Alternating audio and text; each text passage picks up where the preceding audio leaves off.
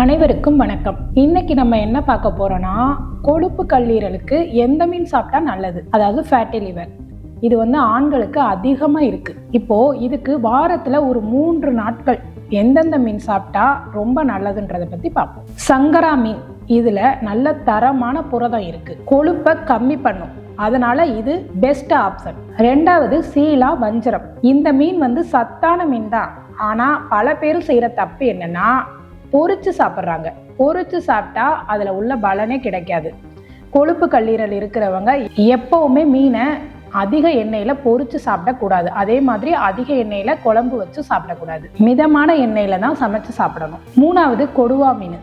இதுல எண்ணெய் சத்து கம்மியா இருக்கும், அதனால இது பெஸ்ட் ஆப்ஷன். நாலாவது நெய் மீன். இதை மிதமான அளவுல தான் எடுத்துக்கணும், அதிக எண்ணெய் சேர்த்து சமைச்சிடாதீங்க. அஞ்சாவது பாறை மீன். பாறை மீன்லையும் புரதம் அதிகமா இருக்கு, கொழுப்பு கம்மியா இருக்கு. இந்த மீனும் பெஸ்ட் ஆப்ஷன். இதோட சேர்த்து எப்பவுமே உடற்பயிற்சியை மெயின்டைன் பண்ணுங்க. வெள்ளை அரிசி, வெள்ளை சர்க்கரை எல்லாம் குறைச்சிக்கோங்க.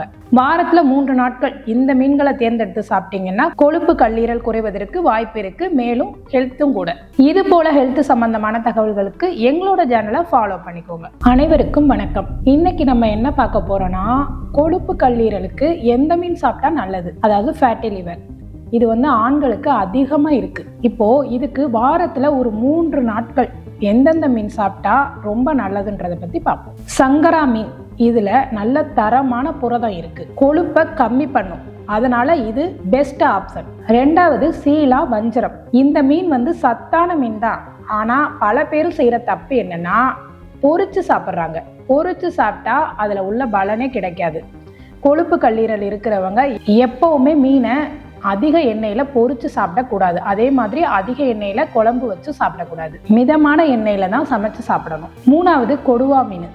இதுல எண்ணெய் சத்து கம்மியா இருக்கும், அதனால இது பெஸ்ட் ஆப்ஷன். நாலாவது நெய் மீன். இதை மிதமான அளவுல தான் எடுத்துக்கணும், அதிக எண்ணெய் சேர்த்து சமைச்சிடாதீங்க. அஞ்சாவது பாறை மீன். பாறை மீன்லையும் புரதம் அதிகமா இருக்கு, கொழுப்பு கம்மியா இருக்கு. இந்த மீனும் பெஸ்ட் ஆப்ஷன். இதோட சேர்த்து எப்பவுமே உடற்பயிற்சியை மெயின்டைன் பண்ணுங்க.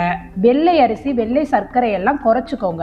வாரத்துல 3 நாட்கள் இந்த மீன்களை தேர்ந்தெடுத்து சாப்பிட்டீங்கன்னா கொழுப்பு கல்லீரல் குறைவதற்கு வாய்ப்பு இருக்கு, மேலும் ஹெல்த்தும் கூட. இது போல ஹெல்த் சம்பந்தமான தகவல்களுக்கு எங்களோட சேனலை ஃபாலோ பண்ணிக்கோங்க.